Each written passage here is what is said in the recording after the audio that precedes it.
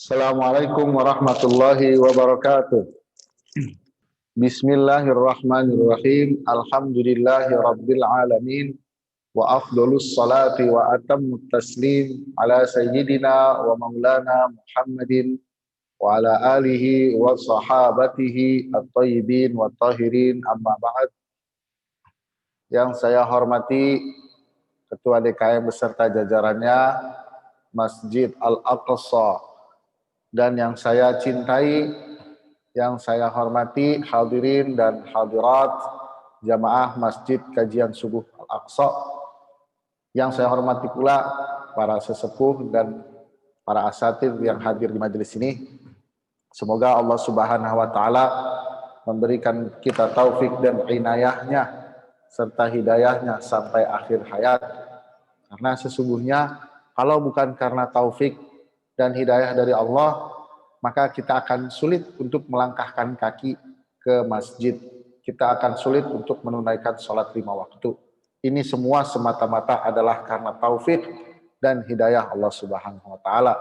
Maka di sini kita memohon kepada Allah, mudah-mudahan ini taufik dan hidayahnya selalu dawam sampai akhir hayat. Bapak-bapak dan ibu semua, sebelum saya mulai mungkin saya membuka sedikit. Tadi saya perhatikan dari kemarin, mungkin sholat subuh di sini pas ya bacaan imamnya, saya lihat pas dalam artian tidak terlalu cepat dan tidak terlalu lama. Jadi ini saya komentar sedikit karena saya lihat di beberapa masjid kadang imamnya ada yang baca satu ain, ada yang baca satu lembar, kan? Dan itu dikhusyuin juga. Sementara jamaahnya banyak. Nah, dulu kan Rasulullah bersabda, kalau sholat jamaah, fal yukhaffif, diringankan. Karena nanti jamaah ada yang punya hajat, iya, ada yang tua. Kalau mau bacanya 2 lembar, 3 lembar, itu di sholat tahajud, sholat sendiri, silahkan baca kalau bisa 1 juz. Tapi kalau lagi jamaah, lihat dulu jamaahnya setuju enggak, lihat dulu jamaahnya mampu enggak. Nah, jadi dalam sholat jamaah 5 waktu itu sebenarnya bukan ajang buat, pertama bukan ajang buat murojaah, kecuali jamaahnya memang sudah ditentukan. Berarti mungkin yang di rumah tahfiz ini ya, itu jamaahnya sudah tertentu, silakan 1 rakaat 3 juz nggak apa-apa, kan? Tapi kalau jamaahnya masjid umum, jangan dijadikan ajang murojaah buat 1 lembar 2 lembar. Nah, yang kedua juga bukan ajang buat memperlihatkan kebagusan bacaan. Jadi sholat 5 waktu di masjid berjamaah ini sama-sama menegakkan syiar Allah. Makanya di dalam hukum sholat berjamaah hukumnya apa? Ada yang bilang fardu kifayah, ada yang bilang sunnah muakkadah. Yang penting selama syiarnya tegak maka hukumnya sudah gugur. Jadi sebenarnya tujuannya untuk menegakkan syiar Islam. Dalam menegakkan syiar Islam itu nggak usah pakai ajang-ajang buat memamerkan hafalan atau memamerkan bacaan. Nah, jadi dilihat jamaahnya. Itu yang mau saya komentari. Dan harusnya setiap masjid seperti ini. Jadi dilihat jamaahnya, ada orang tua, ada yang mau ke sini. Dilihat dulu. Kadang ada yang sholat Jumat juga. Jamaahnya meluber sampai keluar panas. Dia bacanya 1,5 lembar. Kan kacau itu, yang di luar itu kepanasan gimana. Yang ada bukannya sholat, khusyuk, malah mikir dalam hatinya, ini imam ini gimana sih. Nah, jadi nggak tercapai tujuan sholat yaitu khusyuk. Baik, ini kita sudah masuk ya. Bapak-bapak semua, kajian kita kali ini adalah butuhnya manusia kepada akidah. Jadi sebelum kita masuk ke pembahasan akidah, Allah itu maujud, ada, Allah itu maha berkuasa, Allah itu maha berkehendak, ya kan? Itu kita pembahasan kajian ini sebelum kita masuk ke bab akidah, ya kan? Kenapa sih kita harus ada akidah? Atau dengan kalimat lain, kenapa harus Allah turunkan syariat? Biarin aja dong hambanya bebas gitu. Allah ciptakan hambanya, terserah dia mau mengungkapkan dengan apa aja bebas harusnya. Kenapa harus ada akidah? Yang jalan itu satu, gitu. Harus begini. Gitu. Ya, kenapa kita nggak biar ya bebas aja orang, misalnya dia mau pakai cara apa aja dan bagaimana pendapatnya terserah aja harusnya. Kenapa ini Allah turunkan akidah? Kenapa Allah turunkan syariat? Kenapa sih itu semua? Gitu kan? Tentu kita dari sudut pandang yang sudah beragama Islam dulu, yang udah percaya sama Allah. Kalau nanti ateis, sebelum masuk dia membahas ini, kita harus menaklukkan dia dulu bagaimana dia percaya sama eksistensi adanya Allah. Kita udah percaya, alhamdulillah, dan kita sudah yakin, dan memang yang sejatinya realitanya Allah memang ada, tidak mungkin tidak ada. Kan? Jadi sekarang baru kita step selanjutnya, kenapa Allah turunkan ajarannya, syariatnya, akidahnya, kenapa tidak Allah bebaskan kepada makhluknya, terserah dia mau berpendapat dan berbuat apa, Allah tinggalkan aja. Dan nah, pertama Bapak-Bapak, ini rujukan saya, buku Kubrul Yakiniyat punya Dr. Ramadan Al-Buti, Syekh Ramadan Al-Buti. Allah Subhanahu wa taala ya, ketika menurunkan syariatnya, jadi kalau yang namanya syariat pertama, kita bicara syariat. Jadi apa sih itu syariat? Yang namanya syariat itu adalah kumpulan hukum yang Allah turunkan kepada Rasulnya untuk disampaikan kepada makhluknya, baik itu hanya tertentu atau tidak tertentu. Ya, kayak misalnya Nabi Musa, itu Nabi Musa hanya diutus kepada Bani Israel. Nabi Isa juga sejatinya begitu.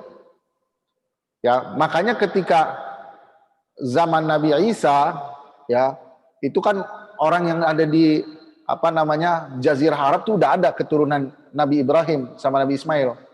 Itu udah ada di daerah Mekah.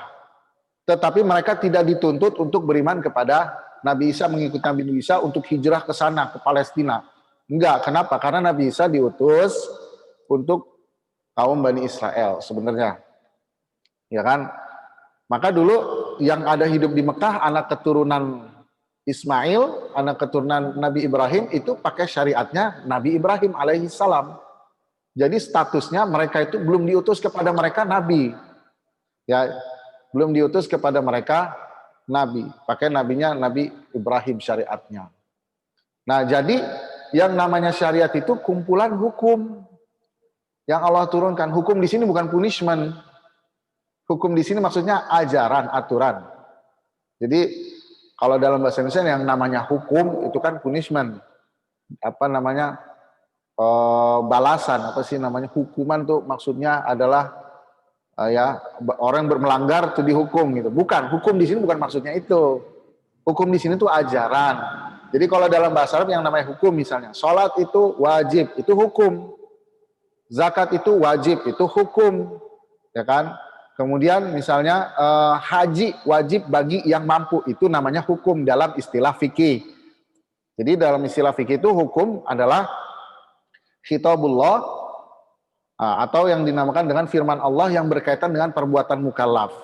Misalnya Allah mengkhitab, khitab itu adalah kalam ya, firman Allah. Firman Allah yang berkaitan sama perbuatan mukallaf itu dinamakan hukum. Misalnya Allah berfirman tentang sholat. Sholat ini perbuatan mukallaf.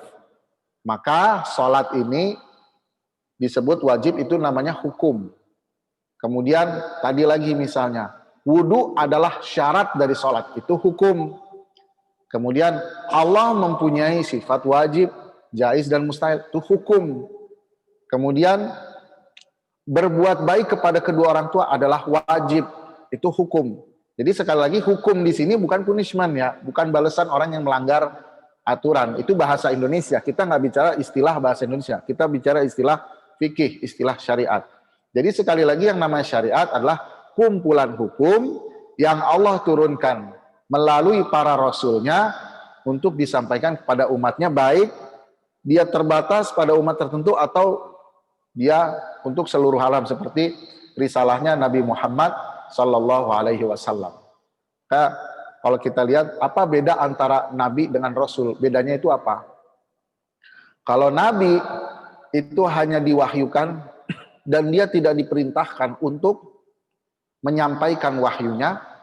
Kalau Rasul dia diwahyukan dan diperintahkan untuk menyampaikan kepada kaumnya. ada tabligh namanya. Maka di sini kita bisa ambil kesimpulan hubungan antara Nabi dan Rasul itu hubungannya umum dan khusus. Yang Nabi itu lebih umum, Rasul itu lebih khusus. Maka setiap Rasul pasti dia Nabi. Tapi tidak setiap Nabi adalah Rasul. Jadi saya bilang lagi, setiap Rasul adalah Nabi, tapi tidak setiap Nabi adalah Rasul. Karena Nabi nanti yang bukan Rasul, dia nggak diperintahkan buat menyampaikan wahyunya kepada orang lain. Hanya kepada dirinya saja, keluarganya. Nah itu beda antara Nabi dengan Rasul. Nah ini syariat ini diturunkan kepada Rasul. Karena untuk disampaikan agar syariat dilaksanakan. Maka turunnya kepada Rasul. Nah ini saya pernah lihat ya, orang Ahmadiyah. Ya, yang Ahmadiyah jelas-jelas bukan masuk dalam golongan kaum muslimin. Selama dia mengatakan ada Nabi selain Nabi Muhammad Sallallahu Alaihi Wasallam. Itu dia mengatakan dalam Al-Quran itu kan adanya wa khataman nabiyyin, penutup para nabi.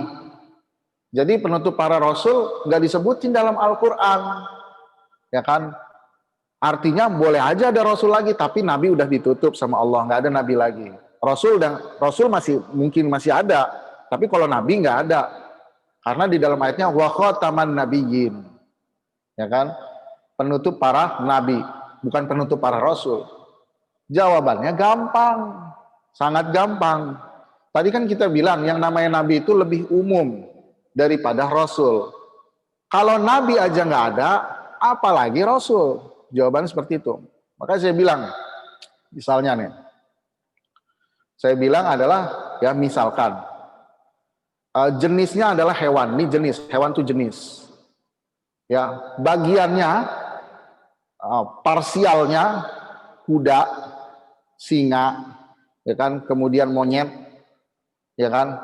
Kalau saya bilang kuda tidak ada, belum tentu hewan nggak ada. Tapi kalau saya bilang hewan nggak ada, udah pasti kuda nggak ada, kera nggak ada, monyet dan selainnya nggak ada. Karena yang saya nafikan adalah yang umum, maka yang parsialnya otomatis nggak ada. Maka ketika Al-Quran bilang wa khataman nabiyyin dan penutup para nabi, maka secara otomatis nabi aja nggak ada, apalagi rasul. Seperti itu. Nah ini kalau orang yang berdalih dengan hawa nafsunya begini. Jadi dia berusaha gimana caranya biar pendapat dia sesuai sama Al-Quran.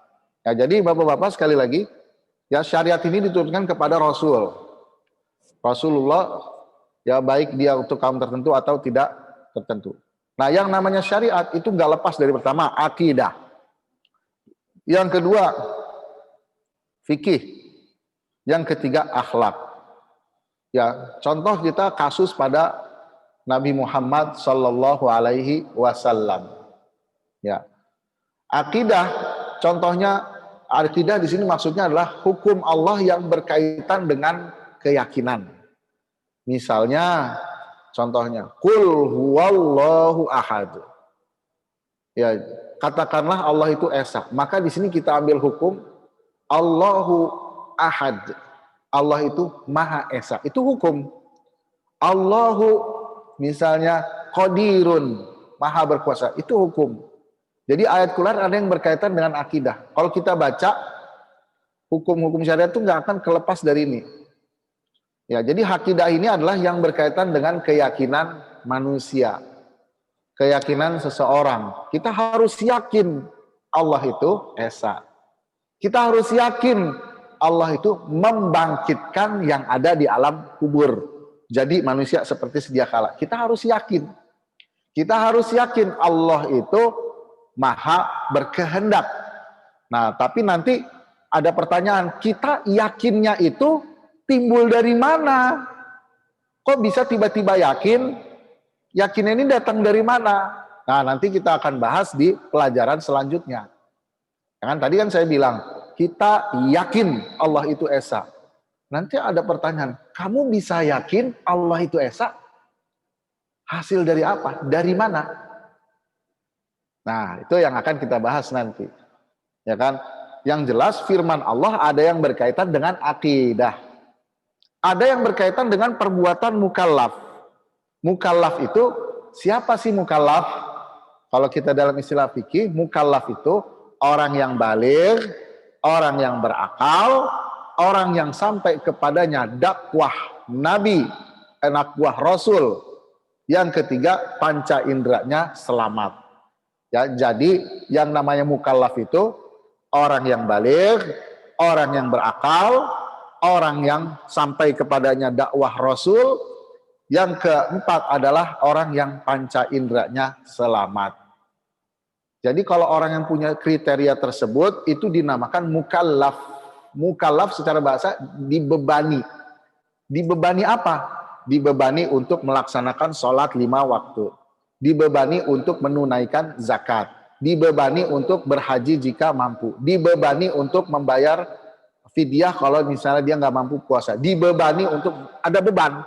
Jadi yang orang dengan kriteria tersebut itu dinamakan mukallaf. Maka kita ini mukallaf nih, kita dibebani Allah. Dibebani buat apa? Yaitu sholat 5 waktu, menunaikan zakat, dan seterusnya. Jadi sebenarnya ini adalah beban dari Allah kepada kita. Tetapi bebannya tidak di luar kemampuan manusia. La yukallifullahu nafsan illa wus'aha. Allah tidak membebani kecuali sesuai dengan kemampuan. Nah, kalau hukum Allah, firman Allah yang berkaitan dengan pekerjaan mukallaf itu dinamakan fikih. Misalnya kayak tadi, Allah berfirman, aqimus sholah, dirikanlah sholat. Sholat itu pekerjaan mukallaf. Orang yang selain mukallaf tidak dituntut buat sholat. Maka orang gila dituntut nggak sama Allah buat sholat? Enggak. Orang yang nggak punya akalnya hilang akalnya, pingsan misalnya, dituntut nggak dia buat sholat? Enggak. Tapi kalau dia udah sadar, dituntut dia buat sholat. Orang yang masih kecil, umur 2 tahun misalnya, dituntut nggak buat sholat? Belum, karena dia belum baligh. Orang yang misalnya ya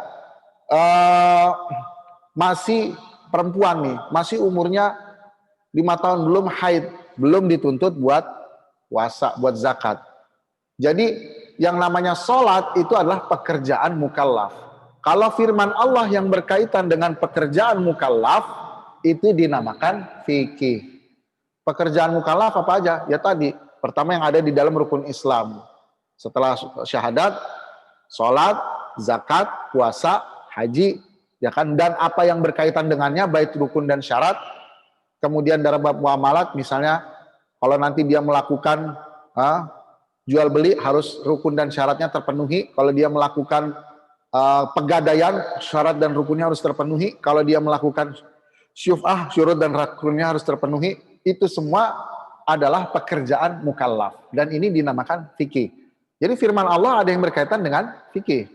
Nah, ada juga firman Allah yang berkaitan dengan akhlak.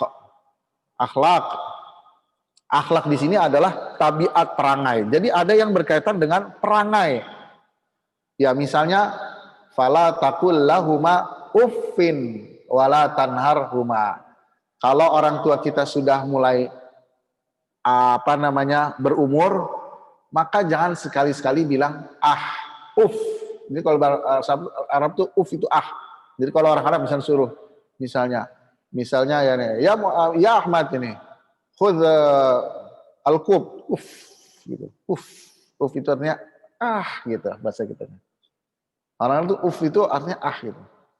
Uff misalnya, Ahmad misalnya, tolong bersihin rumah, uff gitu. Uff itu gitu. Jadi kata Al-Quran, fala taqul lahuma uff, jangan bilang uff. Itu kan perangai. Dia bukan keyakinan. Jangan berkata uff, itu bukan keyakinan. Itu juga fi'lul mukallaf. Ini masuk ke fi'lul mukallaf, maaf. Kalau yang contoh lain misal yang akhlak, maaf, bukan itu. Itu tadi masuk ke fi'lul mukallaf. Adalah fa'fu anhum atau fa'in aqabtum fa'aqibu bimithli ma uqibtum. Kalau kamu kalau terjemahan ininya globalnya, kalau kamu dipukul, maka balas dengan pukulan yang sama, tidak lebih. Itu. Kemudian adalah misalnya yas'alunaka madza yunfiqun. Mereka bertanya apa aja yang mereka harus infakkan. Qulil afu, katakanlah yang sisa. Kemudian apa lagi? Misalnya, alladzina idza asabathum musibatun qalu innalillahi wa inna ilaihi rajiun. Ya, orang yang ditimpa musibah kemudian bilang innalillahi wa inna ilaihi rajiun. Jadi ini berkaitan dengan perangai. Kalau dia ditimpa musibah bilang innalillahi. Ini bukan hukum keyakinan, bukan hukum fikih, tapi ini akhlak. Kemudian apa? Fa'fu anhum wasfah, maafkanlah mereka. Wasyawirhum, bermusyawarahlah kepada mereka, dan lain sebagainya. Ini berkaitan dengan akhlak. Jadi bapak-bapak yang namanya syariat ini enggak keluar dari akidah, dari fikih, dari akhlak. Itu syariat. Makanya kalau kita bicara syariat, sejatinya kita juga bicara tentang akidah juga, bicara juga tentang akhlak. Bukan hanya fikih, bukan hanya kisos itu fikih. Bukan hanya jinayat, hukum potong tangan, tapi yang namanya akhlak juga syariat. Jadi kalau kita mau menegakkan syariat, tegakkan juga akhlak Islamnya, tegakkan juga akidahnya, itu juga termasuk syariat. Nah, jangan sampai dikerdilkan hanya berbentuk fikih saja. Jadi kalau memang ada yang semangat, oh tegakkan syariat, tegakkan juga akhlak syariat di tengah manusia, itu juga syariat Allah. Nah, jadi yang namanya syariat Allah ini ada berkaitan dengan 3. Nah, yang jadi pertanyaan, ya kan, kenapa harus ada syariat? Kenapa Allah turunkan nih syariat? Atau lebih spesifik adalah kenapa harus ada akidah? Bukan ada akidah ya di sini Bapak-bapak ya. Ada akidah nih ya. Nah, kenapa harus ada akidah? Kenapa lebih spesifik nanyanya kepada akidah? Karena ini inti dari syariat itu akidah. Selama akidah tidak ada, ya habis semua. Nanti akan kita bahas. Walaupun dia jalanin fikih, walaupun dia jalanin akhlak, nggak ada akidah, habis semua. Nggak ada nilainya. Makanya pertanyaan yang lebih spesifik, kenapa harus ada akidah? Kenapa harus begini? Kenapa harus begitu? Ini ada seorang profesor, ya saya mungkin bukan profesor ya. Cuman seharusnya yang namanya profesor, dia itu tidak melihat gelar akademik dalam hal ilmiah. Dia melihat adalah kontennya. Jika kontennya benar, bagus, maka dia harus menerima sekalipun dia profesor. Itulah yang namanya ilmiah. Ya kan? Profesor pernah bilang Tuhan tidak menyuruh kita 5 tambah 5 berapa. Tapi Tuhan menyuruh kita 10 berapa tambah berapa. Jadi artinya silakan kalian berbuat bebas, yang penting hasilnya begini. Tidak perlu caranya sama. Nah, kira-kira benar nggak? Di dalam syariat ada yang Allah berbuat seperti kayak tadi, ya. Ada yang Allah mengharuskan caranya satu, nggak boleh yang lain. Contohnya dalam aqimus shalah, dirikanlah salat. Kemudian Rasulullah bersabda, "Shallu kama ra'aitumuni usolli." Salatlah sebagaimana aku salat. Jadi harus begini caranya. Gak boleh yang lain. Gak boleh nanti misalnya, oh yang penting salat, gitu kan? Salat zuhur 6 rakaat nanti. Salat zuhur semau saya. Enggak begitu. Ada beberapa hal yang Allah itu tegaskan 5 tambah 5 berapa? Yang Allah tegaskan 3 tambah 3 berapa? Ada hal-hal begitu. Jadi tidak semuanya yang Allah turunkan berupa syariat itu kemudian seperti yang dibilang profesor tadi. Tidak semuanya. Ada beberapa hal yang seperti tadi. Ya kan? Contohnya apa? Contohnya yang berkaitan dengan akhlak. Contohnya yang berkaitan dengan misalnya perkara yang ijtihadi. Misalnya di dalam Al-Quran, ya, nggak disebutkan haid itu berapa hari. Di dalam hadis nggak disebutkan haid itu berapa hari. Maka kata Allah, silakan orang yang punya kapasitas untuk berpikir, berijtihad, dia berijtihad. Maka muncullah nanti Imam Syafi'i ijtihadnya, oh yang namanya haid paling lama 15 hari. Paling sering 7 hari, paling dikit sehari semalam. Tahu dari mana Imam Syafi'i?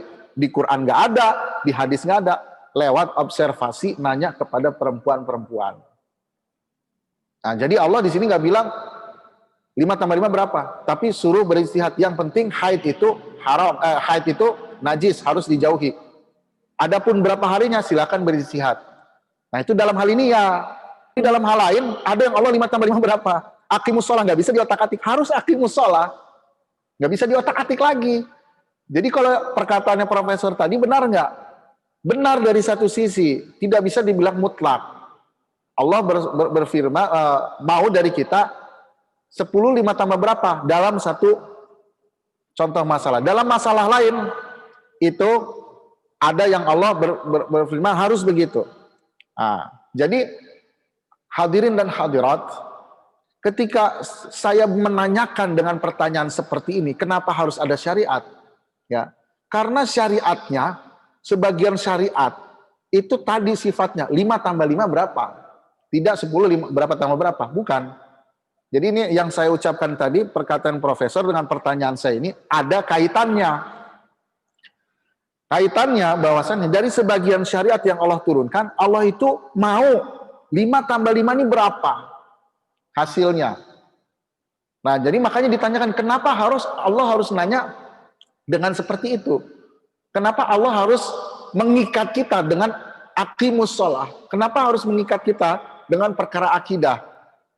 Kenapa hal itu terjadi? Dibebaskan aja, gitu kan. Nah, oke, sebelumnya kita harus pahami dulu, hadirin dan hadirat, ketika Allah menciptakan langit dan bumi, semua makhluk Allah, ada langit, ada bumi, ada gunung, lautan, semua. Dari semua makhluk Allah, yang paling Allah muliakan adalah manusia. Ya kan? Ini Allah muliakan karena dalam ayat difirmankan walaqad karramna bani Adam. Sungguh telah kami muliakan anak cucu keturunan Adam. Jadi Allah benar muliakan ini manusia. Kemudian ketika Allah menciptakan Nabi Adam, itu Allah tanpa perantara. Lima khalaqtu biyadayya. Langsung Allah ciptakan tanpa perantaraan. Kenapa tanpa perantaraan? Karena itu kemuliaan bagi Nabi Adam dan cucunya. Jadi di sini manusialah yang dimuliakan, paling dimuliakan dan diperintahkan oleh Allah. Ini kita buat jawab kenapa kita butuh akidah. Kan? Makanya tidak heran ketika Allah berfirman di dalam surat Al-Baqarah, wa iz qala rabbuka lil malaikati inni ja'ilun fil ardi khalifah. Nah, ini khalifah, jadi Allah jadikan manusia ini sebagai khalifah. Khalifah itu dari kata khilafah. Khilafah di sini maksudnya apa? Saya nggak mau nyanggung organisasi, bukan. Khilafah di sini maksudnya memakmurkan. Memakmurkan bumi, khilafah maksudnya. Maksud di sini khilafah itu maksudnya itu. Jadi Allah jadikan Adam dan keturunannya itu untuk khilafatul ardi, untuk memakmurkan bumi. Jadi dari semua makhluk Allah, ya hewan, singa, ya semuanya yang Allah kasih percayaan itu manusia buat memakmurkan bumi. Makanya semua yang ada di dunia ini Allah tundukkan buat manusia. Kan banyak tuh ayatnya, wasakharna lakumul bahra, kami tundukkan buat manusia itu lautan dan lain sebagainya. Banyak itu ayat-ayatnya. Jadi semua yang ada di dunia ini ditundukkan sama Allah untuk manusia. Kenapa? Karena manusia sebagai khalifah.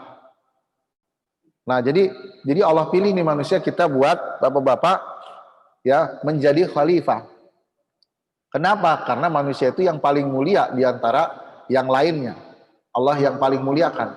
Kita udah sepakat yang paling mulia adalah manusia.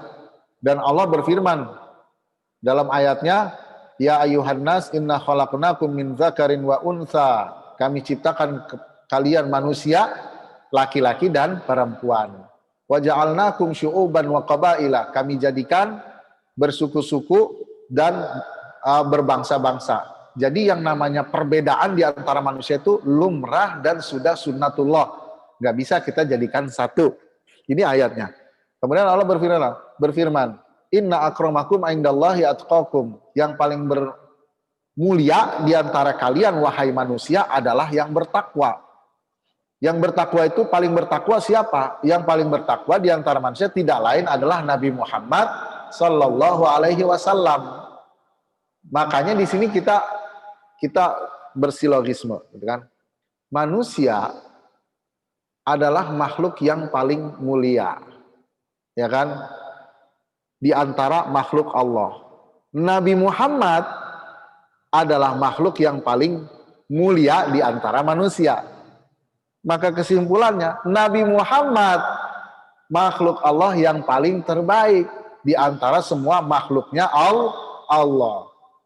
Makanya dalam hadis dikatakan, Innilah atqakum lillah. Sungguh aku ini hadis riwayat Muslim, aku ini, kata Nabi Muhammad, adalah yang paling bertakwa di antara kalian kepada Allah. Sementara yang paling mulia di antara anak cucu Adam adalah yang paling bertakwa. Maka yang paling mulia manusia adalah Rasulullah. Dan manusia yang adalah makhluk Allah yang paling mulia di antara yang lain. Maka Rasulullah adalah makhluk Allah yang paling mulia. Nabi Muhammad makhluk Allah yang paling mulia. Di antara miliaran bahkan triliunan makhluk Allah yang ada di alam semesta ini. Kalau kita lihat universe begitu besar, nggak diketahui ujungnya, masing-masing ada klasternya. Dari jutaan miliar itu yang paling mulia adalah Nabi Muhammad sallallahu alaihi wasallam. Hanya dalam satu syair, ini intermezzo sedikit. Dalam satu syair Imam Busiri menyebutkan, Maulaya sholli wa sallim daiman abadan ala habibika khairil khalqi kullihimi. Nabi Muhammad adalah orang yang paling terbaik dari semua makhluknya yang Allah ciptakan. Dari semua makhluk yang Allah ciptakan, yang paling terbaik adalah Nabi Muhammad sallallahu alaihi wasallam. Ini intermezzo kita. Jadi bapak-bapak dan ibu-ibu sekalian, Allah menjadikan manusia untuk menjadi khalifah untuk memakmurkan bumi, memakmurkan dunia. Ini pilihan Allah. Ya. Nah, kemudian untuk memakmurkan bumi, manusia diberikan perangkat, kekuatan dan sifat. Karena kalau nggak diberikan perangkat, kekuatan dan sifat untuk memuliakan, untuk memakmurkan bumi, nggak bakalan mampu untuk memakmurkan bumi, nggak bakalan. Kekuatan dan sifatnya apa? Ya salah satunya akal, ilmu. Makanya di dalam ayat Al-Quran, allama itu dalam bahasa Arab, Allah mengajarkan, memberikan ilmu kepada Adam. Itu dibuka ayatnya, wa 'allama Adamal asma'a kullaha. Jadi ketika Allah ciptakan Nabi Adam, Allah hidupkan, Allah ajarin langsung Nabi Adam nama-nama. Ini namanya ini namanya ini namanya ini begini, ini buat begini, ini buat begini. Coba dibuka ayatnya itu, wa 'allama Adamal asma'a kullaha. Tsumma 'aradahum 'alal malaikah. Kemudian dibawa ke malaikat, nih malaikat, ya kan, lihat nih Nabi Adam tahu ini nama-namanya, tahu manfaatnya apa, tahu ilmunya apa. Faqala ambiuni bi asma'iha ula in kuntum shadiqin. Coba, kata Allah, kamu para malaikat, kalau kamu emang mulia, tuh, itu nama-namanya apa aja, fungsinya apa, ini apa, ini apa, ini apa. Kata malaikat, qala subhanaka la ilma lana illa ma 'allamtana innaka antal alimul hakim. Ya Allah, kami enggak punya ilmu kecuali ilmu yang Engkau berikan kepada kami. Jadi Nabi Adam ini dikasih perangkat sama Allah berupa ilmu, berupa akal. Untuk apa? Untuk memakmurkan bumi. Kemudian diberikan sifat. Sifatnya itu ananiah. Ananiah ini kalau kita artikan bisa hedon, individualisme, mementingkan diri. Ini dikasih sifat ini. Dikasih sifat keras, dikasih sifat ingin menguasai, dikasih sifat ini. Itu semua sifat yang Allah kasih tujuannya sebenarnya untuk manusia memakmurkan bumi. Khilafah fil ardi, khalifah fil ardi. Tujuannya itu. Cuman coba kita renungkan. Bapak-bapak semua dan ibu-ibu dan hadirin hadirat, sifat-sifat ini yang Allah berikan, baik itu akal, ilmu, sifat menguasai, sifat mengatur, sifat kemudian ingin memimpin, sifat ingin menguasai, itu semua mempunyai dua tombak. Bisa berujung kepada tombak kerusakan, bisa berujung pada tombak maslahat. Saya punya sifat ingin memimpin. Kalau saya mampu menggunakan sifat saya ini bagaimana, maka akan berujung kepada kemaslahatan. Kalau saya nggak mampu menggunakan sifat ini, maka akan berujung kerusakan. Saya mau memimpin, tapi saya nggak mampu menahannya. Oh, caranya gimana? Politik duit, bayar. Oh, caranya gimana? Paksa orang, kalau yang nggak taat sama saya, ditindas. Berarti sifat ini yang Allah berikan, boleh jadi dia berujung kepada kemaslahatan, boleh jadi dia berujung kepada kemudaratan. Maka di sini kita lihat, ada dua cabang tuh, bisa ke sana, bisa ke sini. Bisa kerusakan, bisa kemakmuran. Nah, sifat-sifat inilah bapak-bapak dan ibu-ibu yang Allah isyaratkan di dalam surat Al-Ahzab ayat 72. Inna aradnal amanata 'alas samawati wal ardi wal jibal fa abaina ay yahmilnaha. Ya, kita tawarin nih bahasanya. Kita tawarin amanah. Amanah di sini maksudnya apa? Yaitu sifat-sifat yang berupa ilmu, akal, kemudian ingin menguasai, ingin memimpin. Sifat-sifat itu pernah kita tawarin, kata Allah, kepada langit, kepada bumi, kepada gunung. Kita tawarin. Jadi seakan-akan bayangannya seperti ini. Wahai langit dan bumi, maukah kamu mengemban amanah ini, amanah sifat-sifat ini, sifat berupa ilmu, sifat berupa akal, sifat dan lainnya, agar kalian memakmurkan bumi? Maukah kalian? Kata Allah begitu. Fa'abaina ayyahmilnaha, tapi mereka nggak mau, nggak sanggup. Tidak ya Allah, kami tidak sanggup. Ya kan? Wa asfaqna minha wa hamalahal insan. Tapi manusia ketika ditawarin sama Allah begitu, dulu di alam ruh, manusia nerima. Ya Allah, saya mau. Dulu di alam ruh. Kita ngerasa nggak sekarang? Enggak, karena kita ada di alam dunia. Dulu kita di alam ruh, ketika ditawarin Allah amanah ini, kita mengiyakan.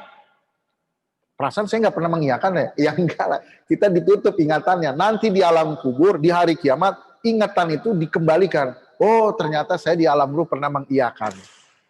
Ya, jadi pernah ini soal ini ditanya Zakir Naik, Dr. Zakir Naik. Zakir Naik ditanya, katanya, ya kan, kenapa Allah mengazab? Itu kan takdir Allah. Ya kan, orang manusia. Oh enggak, dulu di alam ruh kita ditanya, ya kan, apakah kamu mau hidup ke dunia? Apakah kamu mau mengemban amanat ini? Dan kita mengiyakan. Cuman begitu di dunia, ingatan itu kita dihilangkan. Karena dunia adalah ujian. Kita jadi nggak ingat. Tapi nanti di hari kiamat kita dikembalikan ingatan kita. Bahwasanya dulu kamu di alam ruh pernah mengatakan, ya, mau mengemban amanah ini. Jadi Allah tawarin ini amanah ini kepada gunung, ya, kepada bumi. Mereka semua takut. Amanah apa? Amanah untuk memakmurkan bumi. Dengan begitu dia akan dikasih sifat-sifat. Dia berilmu, dia mau memimpin, dia mau berkuasa dengan sifat-sifat itu semua. Itu yang langit dan bumi, kemudian gunung dan semuanya makhluk Allah, semuanya makhluk Allah itu nggak mau, ya Allah saya nggak sanggup. Tapi manusia mengatakan, ya saya mau ya Allah. Kan makanya wahamalahal insan itu diambil oleh manusia, amanah itu. Innahu kana zaluman jahula. Sesungguhnya manusia itu ya zalim. Kenapa dia zalim? Karena dia sebenarnya nggak mampu. Jahula, dan dia bodoh karena dia tertipu gitu. Tertipu karena dengan sifat ini dia akan mulia, akan diambil. Nah, itu ini dalam surat Al-Ahzab ya, Bapak-bapak dan Ibu-ibu. Jadi amanah ini yang dimaksud adalah yaitu sifat-sifat dan kekuatan manusia yang Allah berikan, sebenarnya itu untuk kita memakmurkan bumi. Itu sebenarnya tujuannya. Tapi kembali lagi, amanah ini kalau nggak digunain pada jalan yang benar, rusak jadinya dunia. Kalau pada yang benar itu jadinya makmur sesuai dengan tujuan Allah. Maka disinilah oleh Allah Subhanahu Wa Taala diturunkan syariat, ya kan? Makanya oleh Allah Subhanahu Wa Taala biar membendung manusia dari menggunakan sifat-sifat ini pada bukan tujuannya. Manusia harus disadarkan bahwasannya ada yang berkuasa ke atasnya, ada yang mengatur ke atasnya, yaitu Allah Subhanahu Wa Taala. Makanya oleh Allah diturunkanlah syariat, diturunkanlah akidah agar manusia ini tunduk terhadap Allah. Kalau dia tunduk terhadap Allah, maka dia akan menggunakan sifat-sifat yang tadi saya jelaskan kepada ke arah kebaikan. Maka terjadilah kemakmuran. Jadi sebenarnya diturunkannya syariat, diturunkannya agama, itu biar mengarahkan sifat manusia kepada hal yang positif sehingga terjadi kemakmuran di dunia. Makanya jangan heran bapak-bapak dan ibu-ibu, selama pemimpin itu mau bertakwa dan mengarahkan apa yang dipimpinnya kepada Allah, maka akan terjadi kemakmuran. Ini bukan sekedar teori, ini beneran. Dulu di Qatar, ya, ketika apa namanya, kita belajar dari orang lain. Ketika belum ditemukannya minyak, gas, sementara wilayah Teluk lainnya udah, Saudi Arabia udah minyak, yang di Kuwait udah minyak, yang di Uni Emirat Arab mulai muncul, ya kan? Qatar belum punya apa-apa. Kata Raja Qatar apa? Ya udah kalau gitu rajanya memerintahkan buat orang-orangnya bertakwa kepada Allah, melaksanakan sholat 5 waktu, dan kalau bisa setelah sholat 5 waktu tutup semua toko-toko, semuanya berjamaah dan memohon kepada Allah. Itu beberapa waktu kemudian tersingkaplah ada gas di bawah Qatar tuh, bukan minyak, gas ini. Jadilah di situ mulai makmur, ya kan? Kemudian kalau ada kemaksiatan kayak misalnya ada yang kerja gitu, orang bule lah misalnya, kan dia suka bar gitu kan. Itu masih dikasih toleransi tapi di tempat yang jauh dan nggak boleh orang Qatar masuk ke dalamnya. Yang muslim maksudnya. Itu disingkap sama Allah. Jadi kalau orang kita sebagai pemimpin apapun itu, mau pemimpin negara, mau pemimpin lurah, mau pemimpin RT, RW, semua mengarahkan yang dipimpinnya itu kepada Allah, maka akan terjadi kemakmuran, khilafah, khalifah fil ard akan terjadi. Nah, ini terjadi di Qatar dan lain sebagainya, ya kan?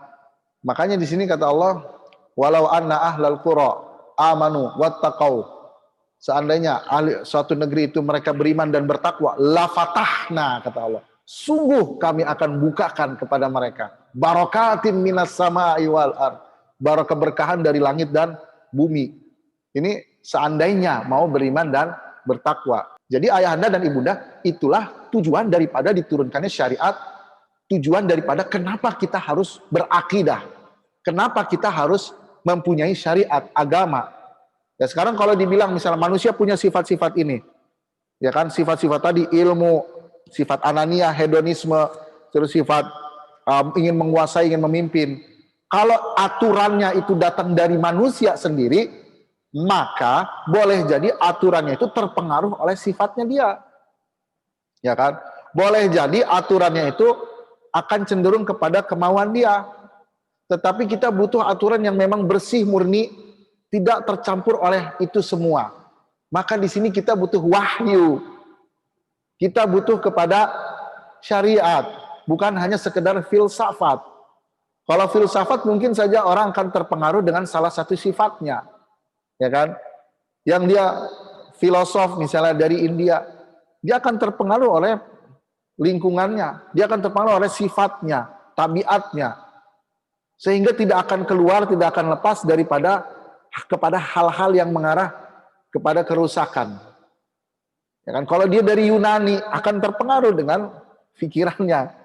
Maka kita butuh satu konsep yang dia tuh benar murni, benar bersih, yang itu terlepas daripada sifat-sifat buruk manusia, yaitu tidak lain adalah wahyu, adalah syariat. Maka di sini kita butuh pada syariat, dan syariat ini sebagai pemandu kita, akidah ini sebagai pemandu kita untuk mengarahkan sifat kita kepada hal yang positif dan sehingga menimbulkan kemakmuran yang ada di bumi dan sesuai dengan tujuan Allah, wa idz qala rabbuka lil malaikati inni ja'ilun fil ardi khalifah.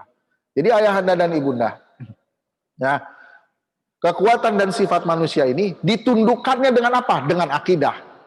Apa akidahnya? Bahwasannya manusia yakin Allah itu maujud, Allah itu ada, Allah itu qadir, maha berkuasa, Allah itu murid, maha berkehendak.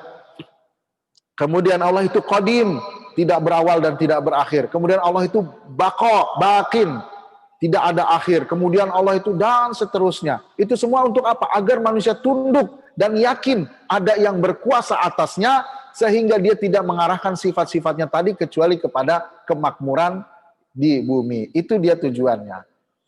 Maka nah disinilah seperti ayat yang tadi ya Bapak Ibu.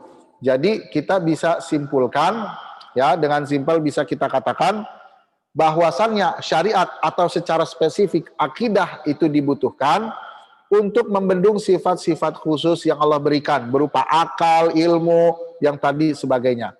Agar mengarahkannya kepada tujuan dasar dari penciptaan. Tujuan dari dasar penciptaan agar sifat ini diarahkan untuk ibadah kepada Allah. Jadi sifat misalnya akalnya ini, ilmunya ini diarahkan untuk ibadah kepada Allah. Kalau diarahkan buat ibadah kepada Allah, maka terjadi khilafah fil ardi. Nah, jadi yang kuat itu nanti menurunkan kesombongannya dan yang lemah akan naik derajatnya. Ini dalam surat Al-Qasas diceritakan, ya, inna fir'auna ala fil ardi. Fir'aun itu sombong di atas bumi. Wa ja'ala ahlaha syi'an. Ya, jadi semenang-menang dan kemudian menjadikan penduduknya itu berpecah belah. Jadi yang mulia itu suku ini, yang suku ini nggak mulia, yang ini dekat sama saya dia oke, bagus, ya kan? Kemudian yastad'ifu ta'ifatan minhum, ya, dia menindas orang-orang di antara mereka, ya, membunuhnya. Innahu kana minal mufsidin. Fir'aun itu termasuk orang yang berbuat kerusakan. Kemudian Allah berfirman, wa nuridu an namuna 'alal ladzina suqifu, dan kami ingin memberikan anugerah kepada orang yang ditindas. Jadi orang yang ditindas Allah angkat, orang yang sombong Allah hinakan. Jadi itu juga tujuan daripada akidah dan syariat. Jangan sampai kita sombong direndahkan Allah, dan kalau kita ditindas diangkat oleh Allah. Baik Bapak-bapak, ya, sekarang ini kita udah tahu kesimpulannya bahwasannya itulah tujuan diturunkannya syariat, itulah tujuan diturunkannya kita. Kenapa harus berakidah? Kita sudah tahu jawabannya. Sekarang Bapak-bapak, yang namanya syariat tadi, itu pertama adalah ada fikih. Tadi ada fikihnya, ada akhlaknya, dan ada akidahnya. Ini saya taruh, ini ada filosofi, ini akidahnya ada di bawah, ya. Itu seakan-akan jadi tangga gitu kan. Akidah ada di bawah, akhlak, fikih, dan syariat. Itu kalau akidahnya ditarik, hancur semua. Jadi Bapak-bapak, Ibu-ibu, ada orang akhlaknya baik, akidahnya nggak ada, hancur semua. Ada orang fikihnya tapi akidahnya nggak ada, artinya dia sholat tapi dia nggak yakin Allah itu esa, Allah itu ada, hancur. Jadi akidah ini jadi pondasi dasar. Ya, makanya Allah berfirman dalam surat Al-Kahfi yang sering dibaca, Qul hal nunabbi'ukum bil akhsarina a'mala. Maukah kalian aku beritahukan siapa orang yang akhsarin, yang paling rugi? Ingat Bapak-bapak, bukan orang yang rugi. Kalau sekedar rugi, ya oke. Tapi ini paling rugi. Makanya ini kalau di dalam bahasa Inggris, ini mengandung mana komparasi. Ya kan? Ya kan, better, best gitu kan. Rugi, paling merugi. Ini dengan lafaz seperti itu, akhsar. Paling rugi, bukan cuma rugi, paling rugi. Atau bahasa umumnya jadi rugi banget gitu. Orang yang rugi banget. Dalam surat Al-Kahfi dikasih, rugi banget nih. Siapa orang yang rugi banget? Kata Allah, maukah kami beritahukan siapa orang yang rugi banget? Nah, katanya alladzina dhalla sa'yuhum. Yang mereka itu sebenarnya pekerjaannya itu salah di dunia. Wa yahsabun, wa hum yahsabun. Dalam qiraat lain wa hum yahsibun. Tapi mereka nyangka annahum yuhsinuna sun'a. Mereka itu udah berbuat baik. Jadi mereka tuh nyangka, oh ini baik nih, padahal sesungguhnya salah. Oh ini benar nih, padahal sesungguhnya sesat. Siapa itu? Jadi mereka pas lagi bekerja, wah ini baik nih pekerjaan. Tapi sebenarnya itu salah. Sebenarnya itu sesat. Mereka nyangkanya, wah baik gitu kan. Terus kata Allah apa? Siapa mereka? Kata Allah, ya wa yahsabuna annahum yuhsinuna sunna ulaika alladzina kafaru bi ayati rabbihim. Mereka itu yang paling rugi atau rugi banget adalah yang kufur kepada Allah wa liqaihi, dan kufur kepada hari kiamat. Ya kan? Ulaika alladzina kafaru bi ayati rabbihim wa liqaihi fahabitat a'maluhum, maka amalnya jadi batal semua. Amal perbuatannya batal semua. Fala nuqimu lahum yaumal qiyamati wazna, maka tidak akan kita berikan timbangan kebaikan di hari kiamat. Wah ini serem banget. Jadi dia di dunia nyangka udah berbuat baik, wah sosial, bantuan ini. Dia nyangka akan metik, tapi di hari kiamat nol, nggak ada timbangan kebaikan. Serem kayak gini. Yang jadi pertanyaan, kenapa mereka? Karena mereka kufur terhadap Allah. Mereka tidak mempercayai bahwasannya Allah lah yang mengatur segalanya, Allah lah penciptanya. Jadi serem. Jadi sekalipun kita berbuat baik, kalau nggak ada imannya nol di hari kiamat, nggak ada hasilnya. Nah jadi kalau kita tanya, berarti Allah nggak adil dong. Masa orang udah berbuat baik, cuma gara-gara nggak percaya aja, terus dibatalin semuanya sama Allah. Justru di sini ada keadilan Allah. Jadi saya ibaratkan orang misalnya belajar di SMP A, dia belajar di sana, wah belajar pelajaran dipelajarin, setiap habis sekolah pulang sekolah dia pelajarin. SMP A ngadain ujian, oh dia di ujiannya bisa, jawabannya 100 semua.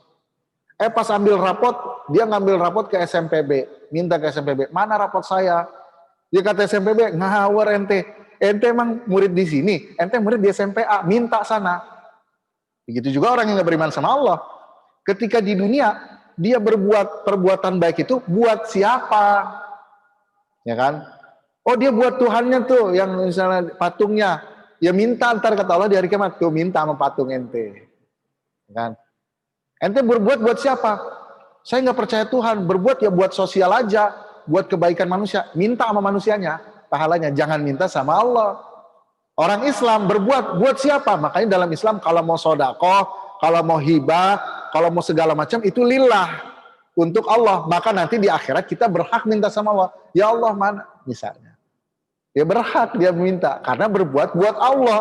Tapi orang yang gak beriman sama Allah berbuatnya untuk siapa? Minta sama yang dia untuk situ, ya kan? Nah, makanya nggak ada kata Allah, nggak ada timbangan kebaikan. Ya karena bukan buat Allah dan Allah Maha Pencemburu. Kalau Allah dimusyrikan sedikit, Allah nggak ngampunin. Dalam ayatnya innallaha la yaghfiru an yushraka bihi wa yaghfiru ma duna dzalika liman yasha. Allah mengampuni dosa apapun kecuali syirik. Nah, sementara orang itu tidak beriman sama Allah, udah bukan musyrik lagi itu mah. Apalagi sampai dia mengatakan Tuhan tidak ada. Wah itu lebih parah lagi. Sekali, makanya ada orang misalnya biarin orang ateis, ya kan, yang penting dia baik. Oh nggak begitu, nggak begitu. Yang pentingnya bukan baiknya dulu, beriman dulu sama Allah itu yang paling penting. Ya, jadi salah ungkapan seperti itu. Dari udah pasti ini dari segi pandang kita kaum muslimin. Jadi penting untuk akidah ini. Jadi pernah ada Stephen Hawking dulu ilmuwan besar dan banyak sumbangsihnya terhadap dunia, ya kan? Tapi nggak beriman. Ada sebagian ulama yang pengen memaksakan biar dia tuh ya dapat ampunan lah karena udah banyak jasanya. Ya tapi itu semua sia-sia karena Al-Quran jelas banget. Yang nggak beriman nggak akan ada timbangan kebaikan. Jadi mau kaya apapun juga jasanya jadi payahnya. Kalau dia nggak percaya sama Allah, ya habis. Ya itulah Allah maunya begitu. Ada lagi yang mengusahakan, ada di video tersebar, kalau nggak salah siapa itu namanya, Abu Gosok apa-apa. Dia mau mengusahakan biar orang nggak beriman sama Allah ikut masuk surga. Di beredar di Instagram di mana? Kalau nggak salah namanya Abu Gosok apa siapa? Saya lupa itu. Itu kan. Jadi dalam ayat Al-Quran, dia pakai dalil ayat Al-Quran. Innalladzina amanu walladzina hadu wan nasara wassabiin. Ya kan? Orang yang beriman.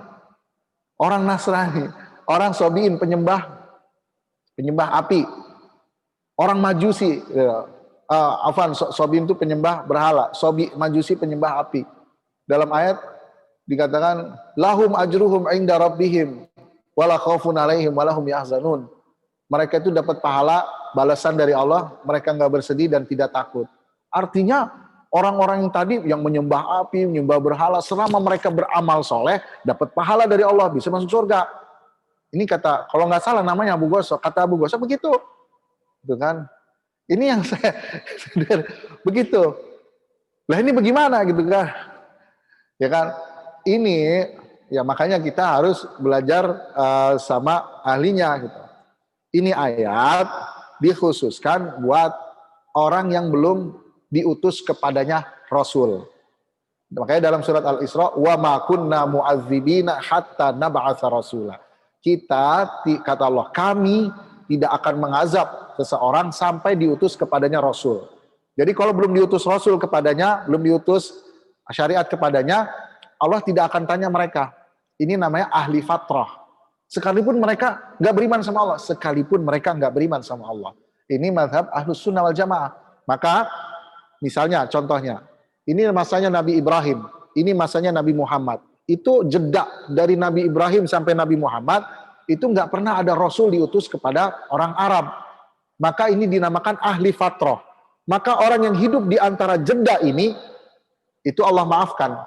Jadi kalau mereka nanti di hari kiamat, kenapa nggak beriman sama Allah? Kenapa nggak melaksanakan syariatnya? Mereka punya hujah. Ya Allah, belum ada Rasul datang kepada kami. Dimaafkan. Tapi kalau yang udah nyampe kepadanya Rasul, kata Allah, alam ya'tikum rusulum minkum yaqussuna alaikum ayati. Bukankah udah datang kepada kamu Rasul, mau alasan apa lagi? Misalnya kita nih, ya, di masa kita, ada orang yang bilang, dia kufur sama Allah. Di hari kiamat mau berhujah. Ya Allah, kami nggak beriman. Kata Allah, kenapa? Kan udah datang Rasul, udah datang Al-Quran, udah datang Da'i, udah datang ini. Kenapa kamu beriman? Jadi nggak bisa berargumen lagi. Tapi kalau orang yang belum diutus kepadanya Rasul, kayak tadi dari masa Nabi Ibrahim sampai masa Nabi Muhammad SAW, itu masa jeda. Namanya dalam ilmu akidah dinamakan ahli fatrah. Masa di mana belum diutusnya Rasul. Di masa itu Allah maafin, mau yang Yahudi, mau yang Nasrani, yang beriman sama Allah, yang Majusi, yang Sobiin. Selama berbuat baik, Allah kasih ganjaran. Itu buat orang di sini doang. Ya, makanya ayahnya Nabi Muhammad SAW itu ada di masa ahli fatrah, belum diutusnya Rasul. Jadi ayahanda dan ibundanya Nabi Muhammad itu dimaafkan Allah, masuknya ke surga karena belum diutus Rasulullah pada waktu itu. Nah, itu khusus buat ahli fatrah. Setelah datangnya Nabi Muhammad SAW, Allah tegaskan, innad dina indallahil Islam. Yang diridhoi cuma agama Islam. Yang lainnya enggak diridhoin. Maka jalan keselamatan satu-satunya setelah diutusnya Nabi Muhammad cuma agama Islam. Jadi Allah yang mau, bukan saya, gitu kan.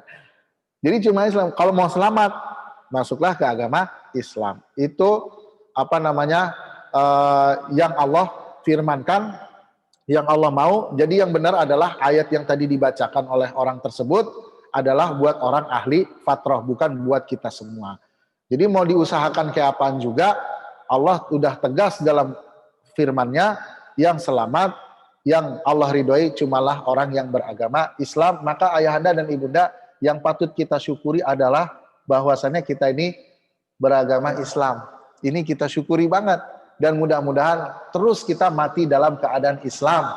Lebih-lebih kita mati dalam keadaan husnul khotimah. Amin ya rabbal alamin. Baik Bapak-Bapak, ya. Kemudian terakhir ini ya. Sekarang bagaimana cara kita mencapai keyakinan? Kan tadi diturunkan akidah. Biar kita beriman gimana caranya? Itu nanti ada di pembahasan selanjutnya.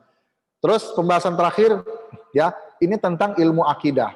Awalnya akidah belum jadi ilmu. Ya, akidah dengan ilmu. Akidah itu secara bahasa apa? Mengikat. Jadi ada hubungannya keyakinan dengan mengikat. Allah itu Maha Esa. Ini keyakinan. Kemudian kita ikat dalam diri kita, jangan sampai lepas. Itulah yang dinamakan akidah. Kenapa akidah dinamakan akidah? Karena mengikat keyakinan jangan sampai lepas. Nah, ketika akidah sudah jadi ilmu, yang namanya ilmu itu punya definisi. Yang namanya ilmu punya tujuan. Yang namanya ilmu punya pembahasan. Kita mau belajar ilmu apa aja, nggak terbatas ilmu agama, semua ilmu. Sains, non-sains, ilmu pengetahuan, ilmu agama, yang namanya ilmu punya definisi. Yang namanya ilmu punya tujuan dan faidah. Yang namanya ilmu punya pembahasan. Kita belajar fisika, harus tahu definisi fisika. Ya kan? Apa yang membedakan fisika dengan biologi, dengan kimia? Semuanya membahas tentang alam semesta. Lantas apa bedanya? Nah, kemudian tujuan ilmu fisika itu apa? Pembahasannya apa aja? Harus tahu kita semua. Begitu juga dengan ilmu akidah. Definisinya apa? Tujuannya apa? Dan pembahasannya apa? Nah, untuk definisinya, ya, Sebagaimana yang disebutkan dalam kitab Al-Mawaqif punya Aduddin Al-Iji, bahwasanya ilmu ini ilmu yang bertujuan, yang bisa dihasilkan darinya pengokohan, itu yang harus digarisbawahi, pengokohan akidah Islam. Jadi akidah kita Allah itu Maha Esa dikokohkan. Dikokohkan dengan cara apa kita mengokohkannya? Ya, nanti akan dibahas detail di pembahasan selanjutnya. Kita yakin bahwasannya Nabi Muhammad adalah shadiq, jujur. Ini keyakinan kita. Kemudian kita kokohkan. Gimana cara ngokohinnya? Ada dalam ilmu akidah. Serta mampu membahas syubhat-syubhat yang datang. Jadi orang syubhat misalnya, oh Tuhan itu nggak ada, ini kan syubhat. Gimana cara mengkonternya? Nah, itu semua dibahas di dalam ilmu akidah. Kadang-kadang ilmu akidah ini membahasnya rumit. Kenapa? Karena cara mengokohkan akidah perlu argumen, perlu begini, perlu begini, perlu begini. Maka orang-orang awam kadang sulit mempelajari ilmu akidah. Maka dibuatlah yang namanya akidatul awam. Kalau kita pernah dengar kan, suka dipelajari akidatul awam. Akidah buat orang awam. Maksudnya apa? Awam di sini maksudnya akidah buat orang yang tidak spesialis dalam bidang akidah. Saya bukan spesialis dalam bidang akidah.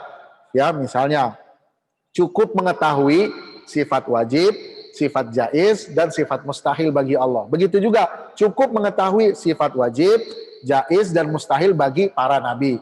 Dan cukup kita mengakui kebangkitan hari kiamat, alam kubur, dan sebagainya. Cukup. Kita nggak dituntut untuk gimana cara mengokohkan akidah ini biar tidak ada yang menyerang terhadap Islam. Kalau yang spesialis tidak dituntut, tapi yang spesialis yang dia benar-benar belajar, nah dia harus tahu gimana cara mengokohkannya, gimana cara mengkonter misalnya ada orientalis menyerang akidah Islam, dia harus tahu. Nah, kalau kita yang orang awam yang bukan spesialis, jadi awam di sini bukan dalam artian mohon maaf bodoh, bukan. Awam di sini maksudnya dalam artian yang dia bukan spesialis. Cukup mengetahui akidah dasar saja. Nah, itu ya Bapak-Bapak. Kemudian pembahasan akidah itu ada 3. Ya, ada ilahiyat, ada nubuat, dan sam'iyat. Ilahiyat ini berkaitan dengan sifat-sifat Allah. Nubuat berkaitan dengan sifat para nabi dan rasul. Sam'iyat berkaitan dengan hal-hal yang gaib, alam kubur, hari akhirat, ya, surga dan neraka. Jadi akidah ini terbagi ke dalam 3 pembahasan. Baik, itu yang terakhir bisa saya sampaikan. Wa minallahi taufik, yang benar daripada Allah semata, yang salah dari saya. Mohon maaf atas segala kesalahan. Jikalau ada pertanyaan, silakan. Ya kalau itu sih gampang aja. Ya kan? Kalau orang ateis saja dia percaya ada revolusi, apa istilahnya Darwin namanya? Ya revolusi ya. Iya, evolusi. Evolusi dari kera ke monyet aja jauh banget. Dia bilang mungkin, masa cuma dari hitam ke putih, putih ke hitam, mustahil. Gitu kan. Yang gampang aja, kalau dia percaya dengan teori evolusi, bantah aja dengan teori itu, tabrakin ya. Sekarang kalau kamu bilang Nabi Adam yang udah jadi manusia, ya, kamu bilang susah, ya kan? Misalnya dari sawo mateng ke hitam, dari hitam ke putih, kamu bilang itu susah. Terus gimana caranya teori evolusi itu dari monyet kepada manusia itu gimana caranya? Dari kera begini. Kalau dia jelaskan nanti dengan secara ilmiah, oh bisa begini-begini. Artinya kalau dari monyet ke manusia aja bisa, ya kan? Padahal itu jauh banget. Apalagi cuma dari hitam ke kuning, kuning ke ini, berarti juga bisa dong. Nah, jadi kalau ditanya kenapa bisa seperti itu, ya memang fase dari masa Nabi Adam ke fase kita sekarang kan jauh. Kemudian Nabi Adam juga ngelahirinnya, anak-anaknya ada yang sawo mateng, ada yang putih, ada yang mana, macam-macam. Kemudian ditambah lagi setelah Nabi Nuh, ya kan banjir Nuh kan semuanya meninggal kecuali yang ada di kapalnya doang. Itu dari pas zamannya Nabi Nuh orang udah banyak-banyak kulitnya. Ya kan bagaimana caranya? Ya kan bisa berubah kulitnya begitu. Ya dari faktor makanannya, dari faktor lingkungannya, dari faktor gennya. Dan itu semua maksudnya nggak sulit gitu. Kalau mau kita cari ilmiah, saya mungkin belum tahu ya ini ilmiahnya. Cuman yang jelas kalau perubahan dari monyet ke manusia aja dikatakan itu bisa dan bisa dicari ilmiahnya, maka bisa kita untuk mengatakan mudah untuk berubah yang udah jadi manusia gitu, cuma berubah kulitnya doang. Itu sangat mudah, gitu kan? Nah, jadi di sini apa namanya? Kita jawabnya adalah ya dengan melalui proses yang lama orang akan berubah seperti itu. Nah, dengan percampuran, dengan lingkungan, dengan yang lain-lain. Jadi sebenarnya menurut saya pertanyaannya tidak terlalu ke inti dan tidak menghujam banget gitu. Seperti itu Pak. Kalau menurut saya jawaban seperti itu. Ada lagi ya? Ya. Baik, kalau pertama hukum sholat jamaah, ya terutama di masjid, itu ada yang mengatakan fardu kifayah. Fardu kifayah artinya dia kalau dikerjakan sebagian, maka dosa yang buat semua gugur. Jadi selama di sini ada yang melaksanakan sholat jamaah dan syiarnya nyampe, nah itu berarti gugur kewajiban bagi yang lain. Ada yang mengatakan sunnah muakkadah buat setiap orang. Sunnah muakkadah itu mendekati wajib, ya kan? Intinya apa? Intinya sholat jamaah itu ditekankan dengan sangat di dalam Islam. Itu intinya.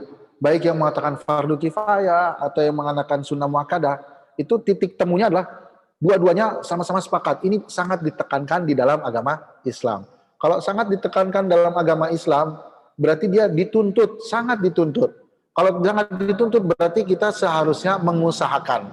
Nah, jadi memang kita itu seharusnya mengusahakan buat sholat jamaah datang ke masjid.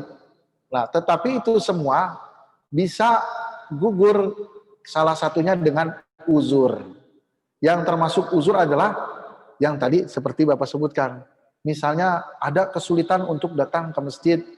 Misalnya ada kakinya yang patah atau apa. Maka di sini dia dikatakan uzur.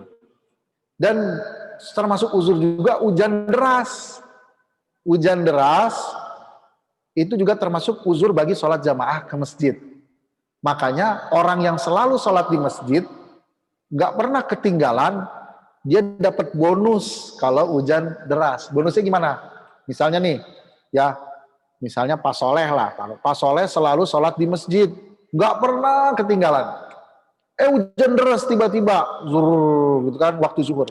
Pak Soleh dapat bonus, dia boleh menjamak sholat zuhur dengan sholat asar. Tapi nanti sholat asar dia sholat lagi nggak usah kan udah dijamak. Itu bonus buat orang yang selalu sholat jamaah di masjid. Nah artinya apa? Artinya pertama orang yang hujan aja bisa jadi uzur buat orang yang sholat jamaah ke masjid. Apalagi kalau ada hal lain yang membuatnya sulit untuk ke masjid. Salah satunya kakinya patah, entah misalnya dia nggak bisa duduk lama, entah dia, kalau di Mesir itu ya salah satu ininya, solusinya buat orang yang nggak bisa duduk lama itu di bagian belakang sediain bangku panjang gitu. Jadi orang yang nggak bisa duduk lama, sholatnya duduk di belakang. Gitu. Itu disediain di bangku belakang. Nah, kalau bisa praktekkan juga nggak apa-apa di sini. Jadi sediain bangku panjang buat orang-orang yang nggak mampu sholat diri. Nah jadi kalau buat dalam kasus yang Bapak ini, itu insya Allah dapat uzur juga. Yang penting selama masih ada niat, saya pengen banget, insya Allah niat doang itu dicatat sama Allah. Azam doang itu dicatat sama Allah. Dan salah satu bonus kita umat Islam adalah kalau kita baru niat, baru azam, itu udah dapat pahala. Kalau kita niat kebaikan, baru niat, baru azam, dicatat pahala. Dan kalau kita baru niat kejelekan, belum dicatat dosa. Ada orang misalnya mau niat berbuat dosa, misalnya niat korupsi, baru niat doang, belum dicatat. Tapi kalau orang baru niat, mau sholat jamaah, baru niat doang, keinginan kuat, udah dicatat. Nah, dalam kasus ini, jangan takut. Saya nggak dapat pahala jamaah dong. Selama masih ada keinginan, ya kan, sholat jamaah, tapi berhalangan dengan satu hal lain, insya Allah tetap dicatat sama Allah. Bonus dari Allah. Itulah salah satu umat Islam ini kelebihannya begitu. Ibadahnya ringan tapi pahalanya gede. Seperti itu Pak ya.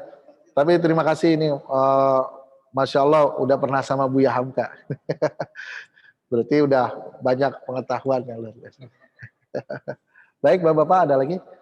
Kalau tidak ada kita tutup ya dengan bacaan hamdalah. Alhamdulillahirrabbilalamin. Mudah-mudahan kita diberikan taufik dan inayah oleh Allah. Wa minallahi taufik. Wassalamualaikum warahmatullahi wabarakatuh.